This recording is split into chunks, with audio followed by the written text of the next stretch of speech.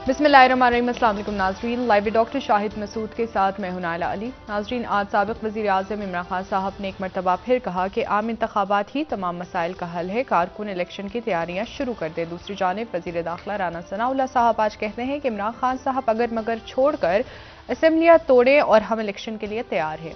इस समेत दिन भर जो अहम सियासी मामलात रहे उन पर बात करेंगे। हमारे साथ स्टूडियो में मौजूद हैं डॉक्टर शाहिद मसूद। सर, राना सनाउल्लाह साहब ने आज बताया कि नवाज शरीफ साहब वतन वापसी की तैयारियां कर रहे हैं और बहुत जल्द वो वतन वापस आएंगे। उनकी तैयारियां ज़ाहिर है, एक अमल शुरू है जो कि सलमान शहबाज साहब आ रहे हैं तो उसके बाद फिर नवाज शरीफ साहब ने आना है जी। और यहाँ पर आज जो राना सनाउल्लाह साहब ने प्रेस कॉन्फ्रेंस की है तो उसमें उन्होंने कहा है कि इमरान खान साहब वो जो समरी है वो ज़रा भेजें, वज़ीर आला की समरी बराह रास्त गवर्नर के पास भेजें और तोड़ें, अगर हिम्मत है तो तोड़ के दिखाएं। मतलब एक तरह से अब वो पहले तो ये था कि इमरान खान साहब, और ये सारा इस वजह से हो रहा है कि इमरान खान साहब एक फैसला अगर कर लें, ठीक है, क्योंकि ये अब मामलात तहरीक इंसाफ के लिए ख़राब हो रहे हैं, मुकदमे कट रहे हैं, बहुत सारे और मामलात हो रहे हैं, बेचैनी फैल रही है। और अब हुकूमत की तरफ से ही कहा जा रहा है, यानी वफाकी हुकूमत की तरफ से कि आप तोड़ें और तोड़ के, मतलब तोड़ सकते हैं तो दिखाएं तोड़ के। और अब वहां पे ज़ाहिर इजलास हो रहे हैं, वहां पे अब इमरान खान साहब ने इंट्रा पार्टी इलेक्शन करवाने का ऐलान किया है कि पार्टी के अंदर इलेक्शंस होंगे। ये इसका वो हुकूमत भरपूर फायदा उठाएगी। और वो जो मैं बात बहुत अरसे पहले कह रहा था कि खान साहब को उस वक्त असेंबलियां तोड़ के कई माह पहले, तो वो ये पूरी जो एक्सरसाइज थी जिसमें उन्होंने बेशुमार जलसे किए, पूरे मुल्क में बड़े जलसे किए, उसके बाद एक लॉन्ग मार्च किया जिसका कोई हतमी नतीजा नहीं निकला, हुकूमत दबाव में नहीं आई, इस हद तक भी नहीं आई कि वो यानी चीफ इलेक्शन कमिश्नर के नाम के होता ना बात करना, वो भी निकल गया।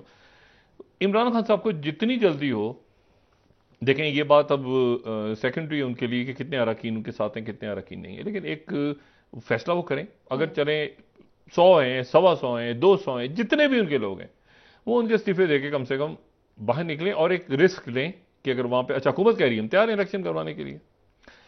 और साथ ही हुकूमत के हलकों की तरफ से कहा जा रहा है कि जी हमने जो है वो तो परवेज इलाही साहब को ऑफर कर दिए दोबारा कि वो हमारी तरफ से भी वजीर आला हो सकते हैं। लेकिन ये बाद में फैसला करेंगे, लेकिन ये है कि हम पंजाब हुकूमत गिरने नहीं देंगे और हो सकता है कि वो हमारे साथ हमारे वजीर आला हो जाए। परवेज इलाही साहब बड़े सख्त बयान दे रहे हैं उनके खिलाफ, लेकिन उसके साथ ही इमरान खान साहब के लोग जाके हलफ भी उठा रहे हैं वहां पे। तो ये अब साथी मुकदमात और बन रहे हैं और इलेक्शन कमीशन बाकी इशूज, ये तोशा खाना वाला मामला, दूसरे मामला, तो वो इमरान खान साहब को जो भी फैसला करें वो जल्दी करना है। और अगर वो जल्दी नहीं करेंगे तो ये दबाव उन पे आने वाले दिनों में शदीद तर होता जाएगा, ठीक है।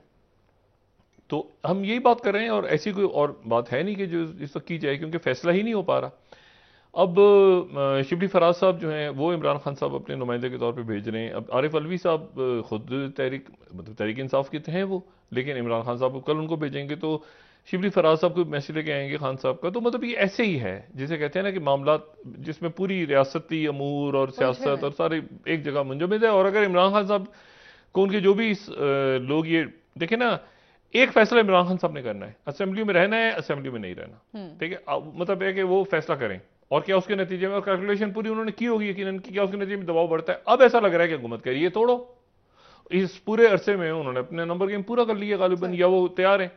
तो अब ये एक अजीब मसला हो गया। पहले इमरान खान कह रहे हैं मैं तोड़ दूंगा और वो कह रहे हैं तोड़ो, हिम्मत है तो तोड़ो। तो अब ये एक अजीब, इसको ज्यादा खींचा नहीं जा सकता। उसकी मैं हमेशा ही बात कहता रहा हूं, एक तो मईशत, एक बाकी इशू सारे चल रहे हैं, फिर ये कि ऐसे कुछ फैसले हो रहे हैं जिसके अंदर हमें एक इंपॉर्टेंट रोल प्ले, मतलब हम उस रीजनल इक्वेशन से, खत्ते के जो हालात, हम उससे बाज जगहों से हम हट नहीं सकते। मतलब हम अफोर्ड ही नहीं कर सकते बतौर पाकिस्तान कि हमारे दो आम तरीन हमारे बरादर ममालिक बाकी भी हैं, लेकिन चाइना और सऊदी अरेबिया। अच्छा, सऊदी अरेबिया के अंदर, सऊदी अरेबिया सिर्फ नहीं है, सऊदी अरेबिया में वहां पर यूएई भी है, वहां पे इजिप्ट भी है, वहां इराक भी है, वहां पे तो अरब लीग के ममालिक भी हैं, जीसीसी के ममालिक भी हैं, और सऊदी अरब और चाइना के शी जिनपिंग, जो कि वहां पर जिनको असल में उससे पहले मोहम्मद बिन MBS हैं, उन्होंने पाकिस्तान का दौरा करना था ताकि पाकिस्तान से मुतल्लिक, क्योंकि वो रिफाइनरी जो जिसपे इन्वेस्टमेंट सऊदी अरेबिया की होनी थी उसको बनाना चाहे। तो बहुत सारे मामला ऐसे हैं जो इस पूरे ये जो पूरी गड़बड़ हुई हो रही है या हुई है पिछले दिनों में, तो वो उस एजेंडे से निकल गया मामला, वरना वो बहुत पहले वो बात, हम बहुत पीछे रह गए बहुत सारे मामला में, जो मैं बार बार बात कहता हूं ना। अब इशू ये है कि अब इसको कैसे देखिए, वहां पे क्या सूरत हाल बनी हुई है। मैं आपको बताऊं ये पाकिस्तान से कैसे मैं इसको लिंक कर रहा हूं। शी जिनपिंग जो है वो आए सऊदी अरेबिया, लेकिन इस दौरान एक तो हम देख रहे हैं ना कि शी जिनपिंग का जैसे इस्तकबाल हुआ, ठीक है ना, त्यारों ने उनके प्लेन को, सऊदी अरब के त्यारों ने उनको वेलकम किया, फिर वो आए, फिर जिस तरह से उनको लेके जाया गया, बहुत ज़बरदस्त किस्म का वहां पे उनका इस्तकबाल हुआ। फिर उनकी जो पहली यानी 3 उनकी कॉन्फ्रेंसेज है ना, मतलब एक तो सऊदी अरेबिया चाइना, एक है GCC चाइना, एक है अरब ममालिक और चाइना, 3 है। जो सऊदी अरेबिया के साथ उनका हुआ है वो उसमें इस कंप्रिहेंसिव स्ट्रेटेजिक पार्टनरशिप, यानी कंप्रिहेंसिव स्ट्रेटेजिक पार्टनरशिप, और यानी उसमें डिफेंस के अमूर भी ज़ेर बहस आए। डिफेंस, ठीक है ना। अब डिफेंस के अमूर, ये एक बड़ी इंटरेस्टिंग बात है कि ये सॉफ्ट पावर से मामला जो है, और मैं अल जज़ीरा को कोट कर देता हूं कि China Saudi Arabia strength partnership और एनर्जी एंड डिफेंस। अच्छा, अब डिफेंस जो है ये जो हमारी 11वीं न्यूज़ है, अल जज़ीरा को हम कोट करते हैं, अमीर कतर भी मौजूद है इस वक्त रियाद में, ठीक है, अमीर कतर भी मौजूद है। अब बात ये सारी कि वो सबसे पहली बात तो ये है कि हुआवे को तकरीबन तमाम जो वेस्ट एशिया या मिडिल ईस्ट है उसके अंदर हुआवे, जिसको अमेरिका एक नेशनल सिक्योरिटी थ्रेट कहता रहा है, वो हुआवे का 5G और 6G वहां पे पूरा का पूरा वहां पे नेटवर्किंग इंफ्रास्ट्रक्चर सारा कुछ, और ये लॉन्ग टर्म है। ये ऐसा नहीं हो सकता कि आप एक साल के लिए हुआवे के साथ करें फिर किसी और उस पर आप नेटवर्क पे चले जाएं। तो परमानेंटली ये मुल्क जो है ये चाइना की तरफ चले गए टेक्नोलॉजी टेक ग्राउंड पे, तो वहां पे मुआहदे उनके साइन हो रहे हैं, ठीक है। दूसरी बात यह है कि जो दूसरी इंपॉर्टेंट बात है वो ये है कि न्यूक्लियर के ऊपर बात आगे बढ़ी है।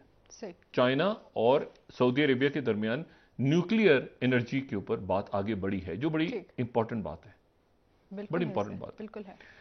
तीसरी जो इंपॉर्टेंट बात है इसमें वो ये है कि पैलेस्टीनियन जो अथॉरिटीज के सदर हैं महमूद अब्बास, उनसे जो मुलाकात हुई है, तो उसके बाद जो उनका आया है एलामिया आया है, तो उस एलामिया में बड़ा वाज़ेह तौर पर लिखा है कि वो 2 रियासती जो सॉल्यूशन है, यानी एक सेपरेट इंडिपेंडेंट पैलेस्टाइन को वो की हमायत करते हैं चाइना।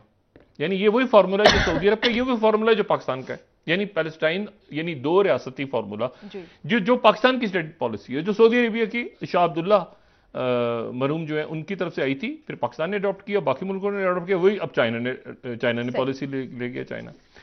फिर तीसरी जो बात इसमें इंपॉर्टेंट है वो ये है कि इस दौरान एक और बड़ा वाकया हुआ है जिसने एक्चुअली मेरा ख्याल है कि सब हिल गया है पूरा सिस्टम। ये जो ग्लोबल ऑर्डर है ना, ये ग्लोबल ऑर्डर हिल गया है, और वो हुआ ही है कि ब्रेटनी ग्रीनर, ये ब्रेटनी ग्रीनर जो है ये अमेरिका की बड़ी जबरदस्त किस्म की बास्केटबॉल प्लेयर है हाथों।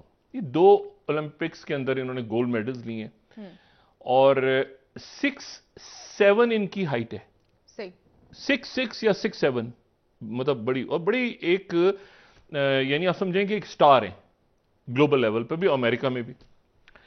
अब इस साल ये हुआ कि ये जो है ये यूक्रेन का जब फड्डा शुरू हुआ तो ये मॉस्को गई, और मॉस्को गई तो मॉस्को एयरपोर्ट के ऊपर इनके सामान में से कोई ऑयल निकला, जो ऑयल जो कि एथलीट्स वगैरह इस्तेमाल करते हैं, लेकिन रशिया ने इनको अरेस्ट कर लिया।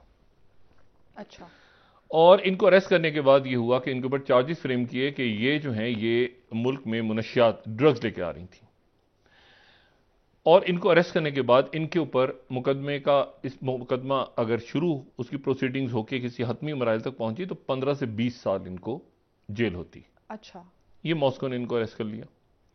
अच्छा, जब अरेस्ट कर लिया जंग शुरू हो गई साथ ही, ये 10 महीने ये वहां पे मॉस्को रशिया में ये जेल में रही।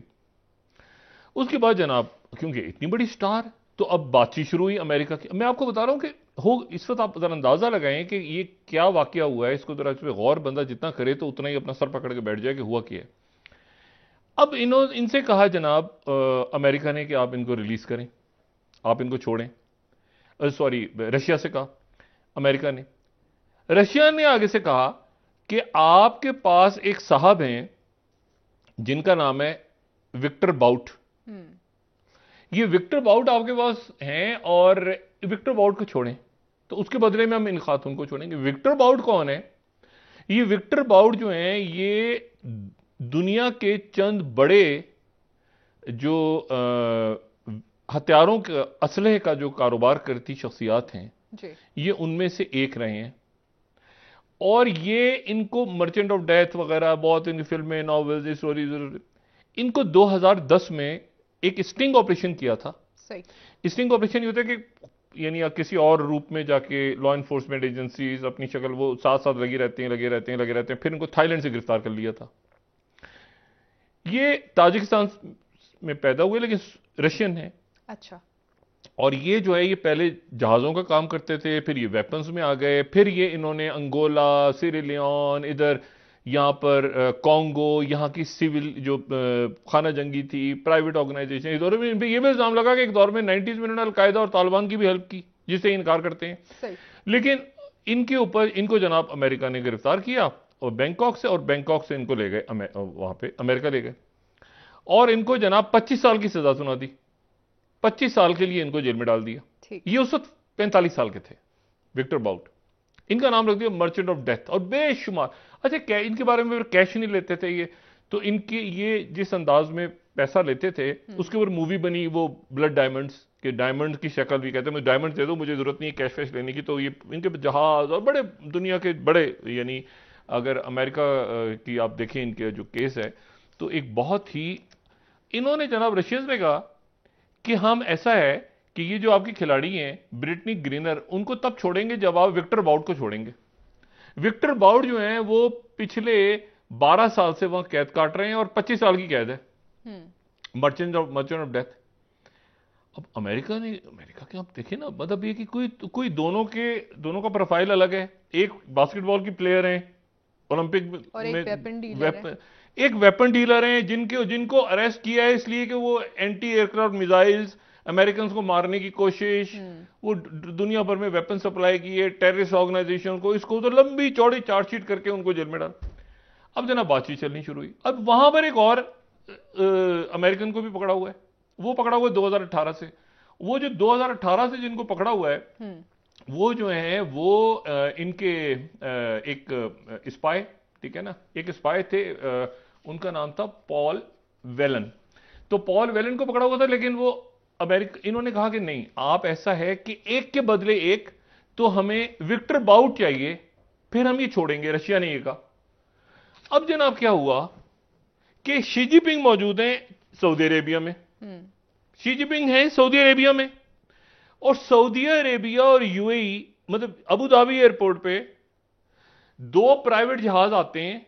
एक जहाज आता है मॉस्को से, ठीक है, और एक जहाज आता है अमेरिका से।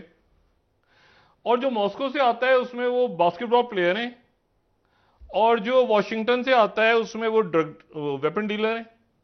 और अबू धाबी एयरपोर्ट पे जनाब वो दोनों प्राइवेट प्लेन जो हैं, फिर वो एक आगे निकल जाता है वो रशियन ड्रग वेपन डीलर को लेके रशिया, और एक जो है वो चला जाता है अमेरिका, वो बास्केटबॉल। ये यानी प्रिजनर स्वैप के हैं या जो भी आप उसको, कैदियों का तबादला। मैंने ऐसा हालिया तारीख में होते नहीं देखा, खासतौर पे अमेरिका को इतना ज्यादा पुतिन ने इस मामले पे दबाया। उसने कहा दूसरा बंदा, तो कहा नहीं, एक केवल एक होगा, आगे जाके तुमने किसी रशियन को पकड़ लिया तो फिर हम ये छोड़ेंगे जो तुम्हारा, एक के बदले एक। उन्होंने कहा ये दूसरा भी छोड़ दो, मतलब है कि हम इतना बड़ा तुम्हारा असले का डीलर छोड़ रहे हैं। उन्होंने कहा नहीं, एक के बदले एक होगा, ठीक है। तो वो खातून को छोड़ा। अच्छा, अब ये यहां तक तो हो गया किस्सा। अब ये अजीब व गरीब मामला है। अच्छा, ये तो हो गया मामला बड़ा अजीब सा, लेकिन इसके साथ ही ये डील करवाई किसने, ये डील किसने करवाई? अब जो तीसरी स्लाइड है हमारी, वो एमिरेट्स की न्यूज एजेंसी को हम कोट करते हैं। वो कह रहे हैं कि success of joint Emirati Saudi mediation regarding release and exchange of prisoners between US and Russian Federation. वो सऊदी अरेबिया और यूएई ने इसमें दरमियान में पड़ के प्रिजनर्स की एक्सचेंज करवाई, कब करवाई? जबकि वहां पे मौजूद हैं शी जिनपिंग जी। यानी आप जरा देखें कि किस कदर अजीबो गरीब सी बात है कि क्योंकि सऊदी अरेबिया के जाहिर है कि ओपेक प्लस, एमिरेट्स भी ओपेक प्लस, और वो उधर वाशिंगटन से भी उनके ताल्लुकात, उनके थ्रू कि क्रिसमस से पहले पहले ही वापस चली जाए खातून, हाँ। तो उनको उन्होंने छोड़ दिया। अब ये एक ऐसी खबर है कि जिसको पूरी दुनिया में अब इसको डिस्कस कर रहे हैं। अब देखिए न्यूयॉर्क टाइम्स कह रहा है कि जी Brittney Griner deal Putin uses pain a familiar लेबर, यानी पेन पहुंचा के, और वो आ तो रही है वापस, लेकिन ये है कि बहुत पेन, बहुत तकलीफ, बहुत ही ज्यादा यानी उनको दुख पहुंचाया है, और फिर जो है वो रिलीज किया है। अच्छा जी, लेकिन ये मामला आप जरा गौर करें कि आज की दुनिया में, जदीद दुनिया में, जंगों के साथ साथ ये वाकयात किस तरह के हो रहे हैं कि कैदियों का तबादला हो रहा है, और वो कैदियों का तबादला इस तरह से हो रहा है कि वो वहां से खातून और वो साहब, और सारे मुकदमे वगैरह खत्म, और वो बाकायदा उनको मॉस्को एयरपोर्ट पे जबरदस्त इस्तकबाल किया है, जबरदस्त इस्तकबाल किया विक्टर बाउट का। उधर जो बास्केटबॉल प्लेयर उतरी हैं वहां पे अमेरिका की एक एयरबेस पे, तो वहां पर उनका इस्तकबाल हो रहा है जबरदस्त अंदाज में। तो क्यों हो रहा है, क्या हो रहा है? मतलब ये जो जंग है यूक्रेन की, ये बिल्कुल आपको ऐसे लगेगा जैसे वो एक कुछ 100 साल पुरानी है, 200 साल पुरानी जंगें होती थी ना। तमाम मामलात में क्या अमेरिका की पोजीशन आप बहुत कमजोर हुई है ना। वो देखिए आपने उनका वेपन, आपने कहा कि ये तो वेपन्स का डीलर था, और उसको आपने छोड़ दिया, तो और उसके बदले वो तो बास्केटबॉल प्लेयर वहां से वापस लिया आपने। तो मतलब ये कोई इसका मेरा ख्याल है कि कोई किसी किस्म का, और जाहिर है प्यूटिन दबाव में है इस वक्त, उनको एक प्रेशर था क्योंकि स्टार थी, और दूसरा जो पॉल वेलन थे उसने कहा उसकी फैमिली वेट कर रही थी शायद हमारा भी बंदा छूट जाए वहां से रशिया से, वो रशियंस ने कहा सवाल ही पैदा नहीं होता, हम एक के बदले एक छोड़ेंगे। और मतलब अब ये बड़ा अजीब सा मामला हो गया। तो ये अच्छा, अब शी जिनपिंग जो है उनका ये दौरा इसलिए इंपॉर्टेंट है, लेकिन पाकिस्तान की मैं क्यों बात कर रहा हूं, इसलिए कि ये एक आपका बेहतरीन दोस्त, मतलब दोनों आपके बेहतरीन दोस्त, दोनों बेहतरीन दोस्त, ठीक है, दोनों से आपके ये माशी मामला चल रहे हैं, दोनों आपके इन्वेस्टमेंट पे तैयार, दोनों आपकी रिशेड्यूल आपने करवाना है, दोनों पूरे रीजन के मामला तय हो रहे हैं ना। जब ये आप बात करते हैं तो वो देखिए पैलेस्टाइन की बात भी की है शी जिनपिंग ने सऊदी अरेबिया में, वो बात वहां पर जो पैलेस्टीन की है, तो साथ उन्होंने ईरान के पीसफुल, यहूदीज के पीसफुल, उसके ऊपर भी बात की। तो सबसे बड़ी बात यह कि आपके डोमेस्टिक इश्यूज के अंदर चाइना इंटरफेयर नहीं करेगा, जो कि सऊदी अरेबिया और गल्फ के जो मालिक हैं उनके लिए तो इससे कोई अच्छी बात ही नहीं है। बाकी अमेरिका या जो वेस्टर्न कंट्रीज है वो तो टैग लगा के देती है ना कि ये हम देंगे, तो अगर आपके यहाँ ऐसे हो गया तो ये हो जाएगा, तो ये हो जाएगा। वो कह रहे हैं हमें कोई इशू नहीं है आपकी डोमेस्टिक पॉलिटिक्स से, और वो चाइना उसमें इंटरेस्ट भी नहीं ले रहा। अब ये जो सारा ये पूरा प्रोसेस है, इसमें पाकिस्तान कहां उलझा हुआ है?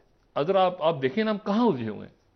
मतलब एज बतौर एक रियासत कि आपके गैस खत्म हो जाएगी, अब तो गैस नहीं है आपके पास, जो है वो अगले चंद दिनों में अच्छा अब $77 था जो फी बैरल, वो आज 76 हो गया। अच्छा 76 हो गया, और 76 यानी लोएस्ट पूरे साल का कम तरीन जो ऑयल है वो है इस वक्त आलमी लेवल पे चला गया। बावजूद उसके कि पाबंदियां लगाई थी तो प्राइस तो बढ़ जानी चाहिए थी, लेकिन वो मतलब कैप किया आपने रशिया के ऑयल के, तो प्राइस तो बढ़नी चाहिए थी, वो नहीं बढ़ी, और गिर गई क्यों भाई, इससे स्लो हुई है। लेकिन अब चाइना ने चूंकि खोल दी है, चाइना कैप को नहीं मान रहा, चाइना 67 पे ले रहा है रशिया से, चाइना कैप को नहीं मान रहा, वो कैप जो अमेरिका चाइना 67 पे ले रहा है, तो उसकी वजह से रशिया जो है उसकी भी इकोनॉमी ठीक चल रही है, कोई इशू नहीं है। साथ उन्होंने इतनी बड़ी डील भी साथ ही बीच में करवा ली। अच्छा, अब इसमें जो एक इंपॉर्टेंट बात है वो ये है कि क्या पाकिस्तान, जहां पे लोग मुसीबतों में घिरे हुए हैं और शदीद परेशानियों के शिकार हैं, महंगाई बढ़ रही है, और यहां पर गैस सनतें, लोग परेशान हाल हैं, डॉलर बढ़ता जा रहा है, 5 दिन से उसकी प्राइस बढ़ती जा रही है। अब जनाब अचानक एक खबर ऐसी है जो हुकूमत के लिए इस वक्त, अगर ये मामला आगे बढ़ता है, इसी यही सूरत हाल रहती है। अच्छा, रशिया से भी पॉजिटिव सिग्नल्स आ रहे हैं थोड़े से कि हम आपको इतने बैरल ऑयल, वही सऊदी अरेबिया के थ्रू वो सारा जो मामला वो आगे चल रहा है रियासत का, वो अगर बात आगे बढ़ती है तो ये जो 15 तारीख आ रही है जी, इस 15 तारीख को 30 रुपए फी लीटर पेट्रोल कम करने का एक प्लान है। सर ये तो खुशखबरी है डॉक्टर साहब। अच्छा, इस 30 रुपए फी ये अवाम, मैंने इसीलिए कहा था कि जितना इमरान खान, अगर मईशत ठीक हो गई और डार साहब ने या इन्होंने इधर उधर ठोका ठाकी करके कोई मईशत संभाल ली, अवाम को रिलीफ दे दिया, तो उधर से नवाज शरीफ, अच्छा मैं यहाँ कोट कर रहा हूँ ट्रिब्यून को, ट्रिब्यून ने थोड़ी देर पहले, एक्सप्रेस ट्रिब्यून ने, ये जो हमारी 13 स्लाइड है, इसको हम यहाँ पे इसका रेफरेंस दे देते हैं कि पेट्रोल प्राइसेस में भी रिड्यूस अप टू ₹30, 30 रुपए। ये 30 रुपए इसलिए कि आर्मी मंडी में प्राइस गिरी है, और साथ ही ये जो है, ये आज इन्होंने अभी थोड़ी देर पहले कहा है कि जी ओगरा वाले कह रहे हैं कि जी ये 15 दिसंबर को अब ये ऊपर नीचे हो जाए तो नहीं, मैं तो वो बता रहा हूँ जो अभी की खबर है, ठीक है, वही कह रहे हैं कि जी पेट्रोलियम प्राइसेस जो हैं वो 30 रुपए 15 तारीख तक कम हो सकती हैं। ये वो सूरत हाल है जिसमें इमरान खान साहब ने तेजी से फैसले करने हैं। जी बिल्कुल, क्योंकि 30 रुपए अगर कम होती है, अच्छा अब लेकिन यहां पर अब हुकूमत का भी इशू है कि 30 रुपए अगर ये 30 रुपए कम होती है, क्यों 50 रुपए पहले लेवे रह रहे हैं, इसको IMF कैसे देखता है, इसको बाकी कैसे देखते हैं मुल्क, क्योंकि कोई भी इस वक्त ये नहीं चाहता कि पाकिस्तान डिफॉल्ट, वो आज स्टेट बैंक वालों ने भी कहा कि हम डिफॉल्ट नहीं कर रहे, टेक्निकली हम कहीं डिफॉल्ट और टेक्निकली कहीं मुल्क में इमरजेंसी, वो मैंने कल भी बात की थी, वो टेक्निकली तो ये सारा मामला, लेकिन अगर पेट्रोल पे रिलीफ दे देते हैं, यहां इमरान खान साहब ने जल्द पॉलिटिकल फैसला करना है। हाँ। इमरान खान साहब को फायदा नहीं हो रहा इस खामोशी का, या ये जो इजलास हो रहे हैं और बाकी खुल के बात करें परवेज अली साहब, तो परवेज अली साहब कहते हैं ना कि इमरान खान इशारा करेंगे मैं तोड़ दूंगा, लेकिन मेरा ख्याल ये है कि असेंबली रहनी चाहिए। सर राना सनाउल्लाह साहब ने कहा, राना सनाउल्लाह तभी तो वो उन्होंने कहा हुआ है ना, परवेज अली साहब, मैंने आपसे कहा ना, शुजात साहब की उनकी मीटिंग हो चुकी है, राब्ते घर के उनके इश्यूज हैं, पॉलिटिक्स, प्रॉपर पॉलिटिक्स चल रही है, उसमें खान साहब, अगर ये नहीं कि कितने लोग निकल गए हाथ से, कुछ तो होंगे ना MPs, कुछ तो है। अब वो KP वाले कह रहे हैं कि जी वो पहले इधर की तोड़ें, ये पहले आओ, लखनऊ वाले भाई इशू ये है कि एक Imran Khan as a leader एक फैसला करें, मजबूत फैसला, और उसके बाद वो आगे बढ़े। अच्छा वो इलेक्शन होता है, जिमनी होता है, लेकिन कोई फैसला या टर्म पूरी करें, क्योंकि अगली बात ये होने लगी है कि जी आप कौमी असेंबली में वापस जाएं, वो भी पूरा आइडिया नहीं है, वहां जाके अगर शिरकत करनी है तो कानून साजी इम्कानात क्या मौजूद हैं। डॉक्टर साहब ब्रेक से वापस आके बात करते हैं। नाज़रीन एक ब्रेक हमारे साथ, फैसला करें जल्द, ठीक है सर, लेकिन वो सबके लिए बेहतर होगा ताकि मुल्क की सियासत तो आगे बढ़े ना। जी बेहतर। डॉक्टर साहब ब्रेक ले लेते हैं, नाज़रीन हमारे साथ रहिए।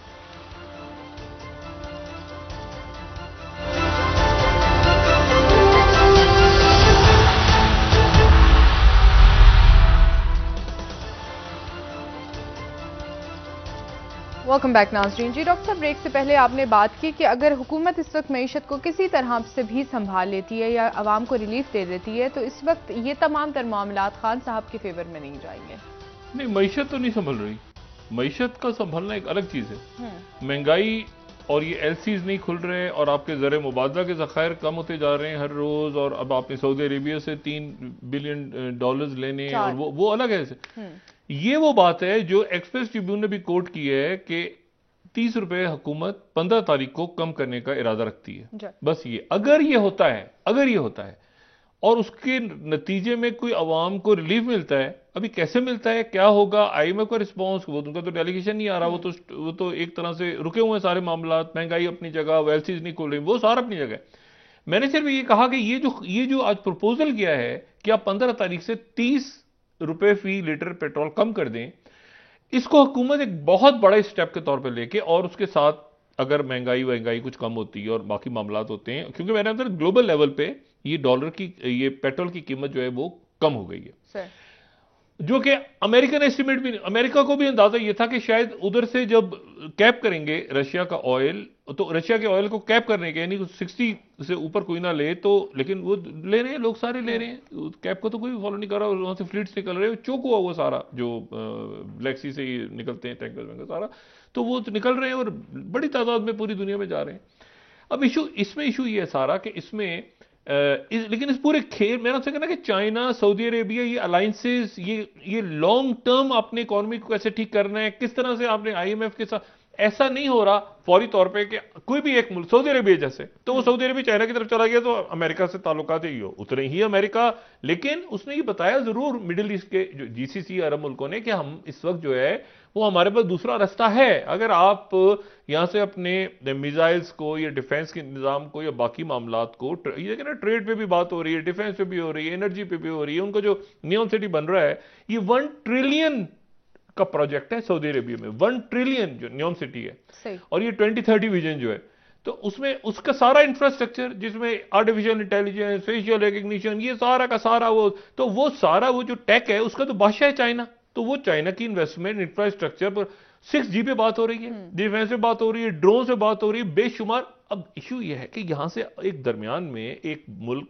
ठीक है, 22-23 मिलियन करोड़ का मुल्क, और वो जो है वो न्यूक्लियर पावर, और उसमें इतने अच्छे मेहनती लोग सारे, और आप यहां पर ये फैसला ही नहीं कर पा रहे, बुनियादी फैसले ही नहीं कर पा रहे, उधर से उधार कर्जा चढ़ गया है बेशुमार। ये आपने मुल्कों को ये बात करते हुए अच्छे नहीं लगते, जबकि आपके मुल्क के अंदर जो अखराजात हैं, मतलब आज 10 मावरान खुसूसी वजीर मुमलिकत हो गए। वो क्यों हुए कि वो नाराज हो गए होंगे कि भाई मैं आपने नहीं बनाया, मुशीर रखा हुआ है, बाकी तो है हमें भी बनाए, वो बन गए।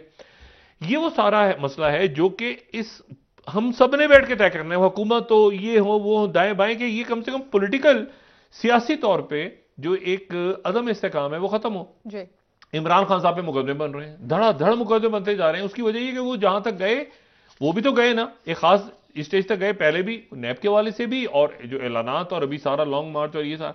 अब वो आ गए जनाब राना सनाउल्लाह की हिम्मत है तो तोड़ के दिखाओ। यानी ये एक अजीब व गरीब, मतलब मैं तो इसको समझ, क्या इस पे आदमी दबाव कर रहे हैं, हिम्मत हो कहे मैं तोड़ दूंगा, इलेक्शन होगा, तुमको आना पड़ेगा, हिम्मत है तो मुकाबला करो। वो कहते हैं तोड़ना है तो तोड़ो, नवाज शरीफ वापस आ रहे हैं और हर जगह तुम्हारा मुकाबला करेंगे। और उससे पहले हो सकता है परवेज इलाही साहब उनके साथ चले जाएं, जो उनके लोग दावा कर रहे हैं। परवेज इलाही साहब तो नहीं कह रहे, उनके लोग कह रहे हैं कि परवेज इलाही साहब तो। सही, ये जो लेवल प्लेइंग फील्ड की बात मरीम नवाज साहिबा काफी बार करती लेवल प्लेइंग इमरान खान साहब, वही मौका नहीं इमरान खान साहब अपनी वो अपना ऐलान तो देखिए ना, वो फंसे, ये गुडमट हो गया ना। परवेज इलाही साहब को समरी दे दी है, परवेज इलाही साहब आप इशारा करें, हम इशारा कि थोड़ा आगे करते हैं, बेशक फिर असेंबलियां तोड़ते हैं। नहीं तो इमरान खान साहब ने तो तारीख अनाउंस कर दी थी कि मैं जाके असेंबलियां डिसॉल्व कर रहा हूं, फिर इस्तीफे, फिर उन्होंने कहा नहीं असेंबलियां डिसॉल्व होंगी तो पिछले हफ्ते या उससे पहले। देखिए जितनी ताखीर हो रही है ना, प्रॉब्लम्स बढ़ते जा रहे हैं, प्रॉब्लम्स बढ़ते जा रहे हैं, और वो गेन कर रही है। ये यानी उसमें पॉलिटिकली भी गेन हो रहा है, और वैसे भी यानी अब कितनी दफा होगा कि एक इजलास जारी, एक इजलास में मुशावरत। अब इंट्रा पार्टी इलेक्शन का भी कोई वक्त है, यानी पार्टी का इलेक्शन होगा, उसमें चुने जाएंगे। इमरान खान साहब उधर इलेक्शन कमीशन नायल करार देने जा रहे हैं उन्हें। इशू ये है उनकी वो प्लानिंग पूरी, तो ये इसमें ये इससे निकलना होगा। ये जो पूरा घनचक्कर जो फंस गई है ना पूरी रियासत, इससे हमें निकलना है। कैसे निकलना है ये बस अब लोगों ने ही तय करना है। शुक्र है सड़कों पे तो नहीं हो रहे फैसले, शुक्र अल्लाह। और यहां पर जाहिर है कि अब आगे जाना है ना, अब आगे जाना है, मसाइल खत्म करने हैं। एक दिन का तो ये इशू नहीं है, मैशत ठीक हो जाएगी फौरी तौर पे, लेकिन अभी फौरी तौर पे कुछ ना कुछ तो हमने करना है ना, कि हम भी अपने ज़र मुबादला के ज़खायर को ठीक रखें। बाकी देखिए मैं आपको बताऊं, इतनी तेजी से दुनिया तब्दील हो रही है कि जब बेल्ट एंड ये जब स्टार्ट हुआ ना, यहाँ तो ये उस वक्त 1 बेल्ट 1 रोड करके, तो कोई अरब मुल्क नहीं था, कोई मशरिक़ वस्ता का मुल्क इसमें नहीं था, क्योंकि वो सीरिया में लड़ाई हो रही है, दाइश आ गई, फलां आ गई, कोई नहीं था। वो बाद में आहिस्ता आहिस्ता करके सऊदी अरेबिया, यूएई, और सऊदी अरेबिया और यूएई जो है और कतर, ये कई मगरबी शहरों से ये मुल्कों से ज्यादा तरक्की याफ्ता है। इशू ये है कि इन्होंने आहिस्ता आहिस्ता करके जो है वो चाइना के साथ ही गए, और इन्होंने अब आप ये देखें, मुझे नहीं पता कि अल्टीमेटली ये yuan oil, sorry petro yuan की तरफ जाते हैं कि नहीं जाते, लेकिन ये है कि ये इसमें जो ये सारे मामला हुए ना, कि डिफेंस का भी जिक्र आ गया, स्ट्रेटेजिक पार्टनरशिप का भी जिक्र आ गया, इसमें ट्रेड भी हो गई, इसमें जो एनर्जी भी हो गई, इसमें लॉन्ग टर्म सारे, और तमाम अमीर कतर भी मौजूद हैं, तो वहां पे जनाब मतलब इजिप्ट के सदर भी हैं, तो सारे मिडल ईस्ट। और फिर उसमें इंपॉर्टेंट बात क्या कि सऊदी अरेबिया और टर्की की दोस्ती हो गई, सऊदी अरेबिया कतर की दोस्ती, तो मुल्क अलायंसेस बना रहे हैं आपस में, मामलात को ठीक कर। पाकिस्तान, अच्छा इसमें एक जो इशू बहुत बड़ा है वो है इंडिया का, वो इंडिया का इशू अपनी जगह, वो बीजेपी गुजरात में जीत गई, मुसलमान तो मुझे पता नहीं वहां बचे हैं कि नहीं, कहीं पार्लियामेंट में, लोकसभा में कहीं पर, वो उनकी तो है ही नहीं। वो जितना वो एक तरह से वो गेन हो रहा है, एक तरह से लॉस हो रहा है, क्योंकि एक ऐसा मुल्क जिसमें इतनी बड़ी तादाद में मुसलमान हो, और आप जाके कहेंगे जी हमने ओआईसी का मेंबर बनना है और मुसलमानों की नुमाइंदगी ना हो पार्लियामेंट के अंदर, और वो यानी एक अजीब सा इशू ये है कि वहां पर यानी आने वाले दिनों में आप देखें ना कि यहां पर जो इश्यूज खड़े होते हैं, यानी कैसे, यानी चाइना के साथ एक फड्डा पड़ा हुआ है, चाइना ने किसी तौर पे छोड़ने नहीं अपने इलाके, कोई उनका इरादा नहीं है, बल्कि वो आगे आना चाहेंगे। अब जो सबसे बड़ी इन्वेस्टमेंट हो रही है, जो सबसे बड़ा ट्रेड हो रहा है जिस मुल्क, उसके साथ लड़ाई है इंडिया की, प्रॉपर लड़ाई है, जंग है। तो मुझे बताएं ऐसी सूरत हाल में कोई आपका अलाई चाइना की पूरी दुनिया में अमेरिका को तो आप रखें ना साइड पे, क्वाड वाड के तो उसके तो आप पकौड़े रख के खाएं। क्वाड को छोड़ दें, कोई मिडिल ईस्ट का मुल्क, रशिया, ठीक है, कोई मुल्क अच्छा मदद करेगा चाइना के अगेंस्ट जाने में? ऑयल देकर जंग छिड़ जाए, कोई मदद करेगा नहीं। अमेरिका नहीं कर पा रहा। मोदी साहब खुद नाम नहीं ले पा रहे चाइना का। चाइना का नाम आज तक नहीं लिया उन्होंने। उन्होंने कहा एक मुल्क ऐसा है, वो जो मुल्क होता है, वो जो दाएं होता है, वो बाएं होता है, तंग करता, छेड़ता रहता है, ये करता है। अच्छा, अब एक तो ये हो गया इशू। दूसरा इशू, अमेरिका का प्रेशर इतना ज्यादा ले गए मोदी साहब, हर साल में सन 2000 से साल में एक मुलाकात होती है इंडियन लीडर और रशियन लीडर की, चाहे इंडिया में जो भी प्राइम मिनिस्टर हो और वहां पर कोई भी प्रेसिडेंट हो। एक मुलाकात हर साल होती है सन 2000 से लेके। सही, साल में एक वन ऑन वन मुलाकात। सिर्फ एक दफा नहीं हुई क्योंकि कोविड आया हुआ था 2020 में।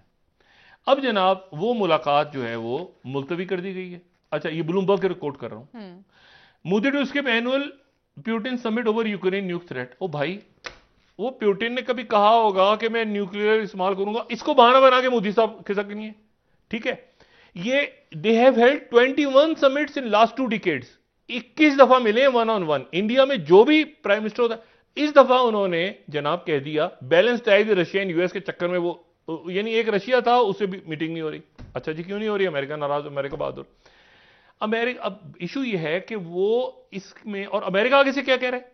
अमेरिका ये कह रहा है, वहां पर ये थिंकिंग ये है कि चाइना को कौन रिप्लेस करेगा। ये बड़ा फॉरेन अफेयर्स के अंदर एक जबरदस्त आर्टिकल आ जाए आज। वो ये कह रहे हैं कि चाइना को रिप्लेस कौन करेगा।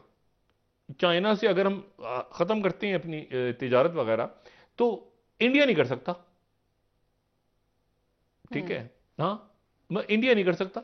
अच्छा, अब मसला यह है कि वो कहते हैं कि why India can't replace China. वो कहते हैं इशू है, पाकिस्तान में भी प्रॉब्लम्स हैं, वो पाकिस्तान के अंदर वो कहते हैं इश्यूज हैं, मुख्तलिफ हैं हमारे अंदर इश्यूज, जाहिर है। फिर वो कहते हैं बांग्लादेश क्या कर सकता है, बांग्लादेश भी नहीं करता था साउथ एशिया में। फिर कहते हैं ये कर सकता है, वो करता है। फिर इंडिया पे आ गए। इंडिया में पूरा मजमून छाप दिया उन्होंने, पूरी डिटेल में फॉरेन अफेयर्स के अंदर, कि जी इंडिया भी नहीं कर सकता चाइना को रिप्लेस, क्योंकि इंडिया के अंदर ये इशू है, एक्सट्रीमिज्म है, ह्यूमन राइट्स के इश्यूज हैं, करप्शन है, वहां पर उनकी वो जो फाइल्स मूव नहीं करती, ये नहीं करता, वो नहीं करता, फलान दिमाग, पूरा मजमून छाप कर कहा चाइना को इंडिया रिप्लेस नहीं कर सकता। अब मुझे बताया कि फिर अमेरिका कहां लेके जाएगा। मतलब मकसद ये है कि चाइना का काम चाइना से रखी जाए। चाइना में ठीक काम हो रहा है सारा, हमारी जो वहां पे आईफोन और हमारी चीजें बन रही हैं, इंडिया रिप्लेस नहीं कर सकता। सही होगा। अच्छा, हैरेसमेंट हो रही है, वो जनाब दूसरे वो कह रहे हैं हिंदुओं को नहीं मानते, मुसलमानों को नहीं करते, तो चाइनीज आएंगे तो उनकी सिक्योरिटी कैसे करेंगे? इश्यूज हैं भारत में। वो नागालैंड वगैरह के शहरियों को तो आपको पता है वहां पर इसीलिए तो तरीके चल रही हैं कि वो कहते हैं, वो कहते हैं कि वो चाइना, वो कहते हैं हमारी सिक्योरिटी कौन देगा। ठीक है नाज़रीन, एक ब्रेक ले लेते हैं, हमारे साथ रहिए।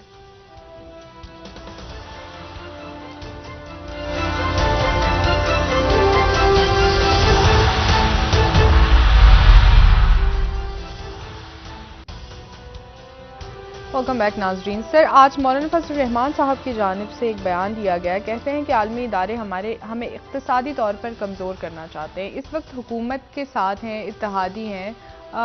जो माशी पॉलिसी वो तो हुकूमत की है ना, IMF से मुज़ाकरात से लेकर दीगर मामले। देखिए, सारे ही मामला में ना इस वक्त मईशत तो बिल्कुल वो महीना या उसके आगे पीछे उतने आपके पास ज़ख़ायर रह गए हैं। और स्टेट बैंक की तरफ से आज कहा गया है कि हम किस्तें पूरी करेंगे, वापस करेंगे, क्योंकि डिफ़ॉल्ट हो जाते हैं अगर आप वापस नहीं कर पाते। उससे पहले हमने दोबारा सऊदी अरेबिया हमें हेल्प बेल आउट करेगा उसमें होपफुली। लेकिन ये कोई मुस्तकिल पॉलिसी नहीं है। ये वो है कि आप क्योंकि रिफॉर्म्स नहीं हो रहे। देखिए ना, जो अवाम है उनको ये नजर आ रहा है कि 1 मिनट ठहर जाएं। एक तरफ ये हो रहा है, आज करप्शन का आलमी दिन मनाया जा रहा है। क्या बात करें पाकिस्तान में, क्या करप्शन का आलमी दिन क्या पाकिस्तान में मनाएं? बात ये उस दिन में ही आप कुछ मनाने की कोशिश करेंगे तो उसमें इतनी करप्शन हो जाएगी। तो इशू ये है कि वो इसलिए क्या बात करें, मना ही नहीं रहे दिन, खामोशी से, सादगी से, खामोशी से सर झुका के, मतलब ये दिन गुजर जाए। मुसीबत यह है कि अब इसमें वो ये जो देखे ना, ये नहीं, हम अगर दरमियान में नहीं है ना सारे इश्यूज के, तो फिर हम नहीं है। मतलब ये मैरीटाइम सिल्क रोड है। ये पहले इनिशियली, ये बाद में ये UAE, सऊदी अरेबिया के पोर्ट सईद, वहां पे इजिप्ट, ये सारे बाद में ऐड हुए हैं चाइना। अब ये वो प्रोजेक्ट है जो शुरू ही गवादर से ये शुरू ही पाकिस्तान को सामने रख के, अब दुनिया पूरी उसमें एक्टिव है, कूद रही है, इंफ्रास्ट्रक्चर 6G लगाओ, ये करो वो करो, आगे बढ़ते जा रहे हैं। अब यहां पे फंसे हुए बीच में, वो आपने जो पहले यहां पर उनके साथ मामला शुरू किए थे वो भी खराब हो रहे हैं, वो पलट के वापस आएंगे कि इसको रीस्टार्ट करो, तो मुझे आपको पता प्लांट्स ही नहीं चल रहे। वो आपके 5-6-7 साल में वो जो बना गए थे चाइना के लोग सारे, तो काम तो नहीं, और काम रुका हुआ सारा। मैं आपसे बात सिर्फ ये कह रहा हूं कि इसको अगर हमने इन इश्यूज को तेजी के साथ रिजॉल्व नहीं किया बतौर रियासत, ये जो बड़े डिसीजन है ना, 1 मिनट ठहरें जी, मैं आ गया हूं, मैं बीच में आना चाह रहा हूं कि ठहरे भाई जान, सो रहे थे क्या? ये सारा हो चुका है फाइनल। ये सीपैक का जो प्लान बना है पूरा नक्शा, हमसे ये भी नहीं बन पाया था, ये भी चाइना से बनवाया हमने। ये भी नहीं हमें पता था कि इसको कैसे बना के देना है, हमने उनसे रिक्वेस्ट की, फिर हमने बनाया है। वो मसला ये है कि आप ये बड़े मुल्क बैठे हुए हैं और बड़े ममालिक, रीजन है पूरा, एक मुल्क नहीं है, रीजन मैरीटाइम, जो आपके पास, यानी देखें ना, आपके पास लैंड रूट्स भी हैं जो सऊदी अरेबिया से, सॉरी, जो सेंट्रल एशिया तक जाते हैं, आपके पास मैरीटाइम रूट्स भी हैं। अब आप दोनों देखिए ना, सऊदी अरेबिया तो मैरीटाइम से जा रहा है ना, सऊदी अरेबिया की कोई सड़क तो नहीं बन रही चाइना तक, या वो हो सकता है कि कहीं ऐड कर लें जो ओल्ड सिल्क रोड, इशारा रेशम वाला, लेकिन अभी तक तो मैरीटाइम में पोर्ट्स हैं। इशू ये सारा कि पाकिस्तान की एब्सेंस जो है ऐसे मौकों पे, ये ऐसे नहीं कि वहां जाए, हाथ में लाया, वापस आ गए। पाकिस्तान की कोई एक्टिव, इस पूरे के पूरे जो पूरा खेल है, इस खेल में पाकिस्तान नहीं है, इस खेल के अंदर इंडिया भी नहीं है। क्योंकि मैंने आपसे कहा ना कि ये ऐसी सिचुएशन क्रिएट हो रही है क्योंकि चाइना विज़ावी अमेरिका है। मैं आपको ये बताऊं बात, आप देखें जो मर्जी, इसमें बहुत अच्छी ट्रेड है, जबरदस्त, बहुत बहुत बड़ी तादाद में हमारे इंडिया के लोग वहां पे गल्फ कंट्रीज में है। लेकिन इशू ये है कि इंडिया और बीजेपी है ना, वहां कुछ हुआ 101% यहां पे उसका रिएक्शन। मैंने कहा महमूद अब्बास से मीटिंग हुई है, उन्होंने कहा ये 2 स्टेट सॉल्यूशन। अब मसला ये है कि ये यहां पर वो मुल्क फैसला कर रहे हैं, उन मुल्कों में पाकिस्तान के पास एक मौका आया हुआ है सर। इंडिया ये सोच रहा है, यकीनन सोच रहे होंगे कि भाई एक मिनट, ये हम यूक्रेन की वजह से हम रशिया से कुट्टी करके हम समिट, ये बड़ी खौफनाक बात है कि समिट, सालाना समिट से स्किप हो गए मोदी साहब। फिर उधर चाइना के साथ मुज़ाकरात आगे गड़बड़, वो फौजें वहीं खड़ी हुई हैं। उसके बाद ये है कि वो पाबंदियां, वो अमेरिका कह रहा है कि हम चाइना से रिप्लेस नहीं कर सकते इंडिया के अंदर बड़े प्रॉब्लम्स हैं, इंडिया के अंदर रेड टेप है, वो एक्सट्रीम, फिर वो एलिमेंट जीत गया बीजेपी से, तो बीजेपी का गुजरात से, अल्लाह रहम करे, गुजरात, यानी गुजरात की जो यादें हैं मोदी जी की, गुजरात में जो कत्लेआम हुआ और खून गिरा वहां से, मतलब वो उनकी इंटरनल पॉलिटिक्स, उसमें बात नहीं करेंगे। मैं तो रीजन के हवाले से कह रहा हूं कि इसका इंपैक्ट होगा मुस्लिम मुल्कों पे, बिल्कुल सही फरमान है सर। प्रोग्राम का वक्त खत्म हो रहा है, कल इंशाल्लाह दोबारा आपसे नाज़रीन मुलाकात होगी। हमें इजाजत दीजिए, अल्लाह हाफ़िज़। अपना दोस्तों रिश्तेदारों को दुआ के लोगों का सब ख्याल रखिएगा। अल्लाह हाफ़िज़।